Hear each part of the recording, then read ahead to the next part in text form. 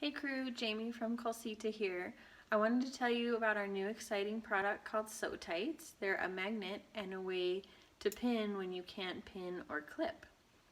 They're great for when you're like making a bag with it's really thick with a lot of interfacing or leather or cork, and you either can't pin because it's too thick and it'll distort it, or you don't want to use a pin because it'll leave a permanent hole. And if it's away from the seam, then you can't use a clip either. So that's where SewTites come in.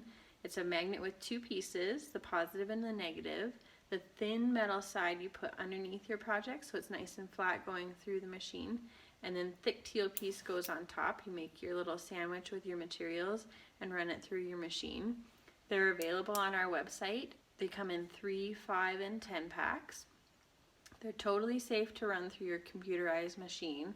We asked Bernina, we asked Janome, and they said totally fine as long as they're just running through the machine.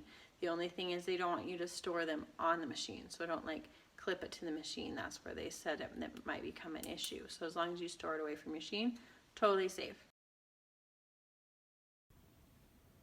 I've got my project here ready. I'm making an Explorer tote by Noodlehead. I have the exterior of the bag ready, and then this flap that comes over the top that needs to be attached away from the seam, and it has this double layer of leather that I quilted. So I've got everything marked out of where it needs to go and my center points lined up, and then now all I have to do is attach my SewTites. So we're ready to attach the SewTites. You take them apart and you put the thin metal piece underneath and the thick teal piece on top. Do it again for the other side. Thin middle piece underneath and the teal piece on top. And you want to leave enough room so your presser foot can go through and you don't have to take the SewTites off as you run it through your machine. And so it's nice and thick and holds the leather piece in place. And now we're ready to sew the flap on using our SewTites to keep it in place. I have the SewTites far enough so there's plenty of room for the presser foot. And here we go.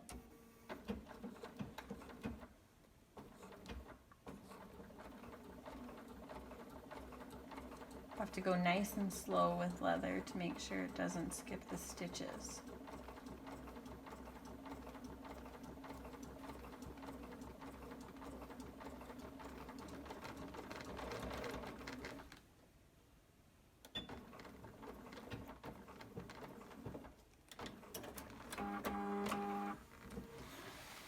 And there we go.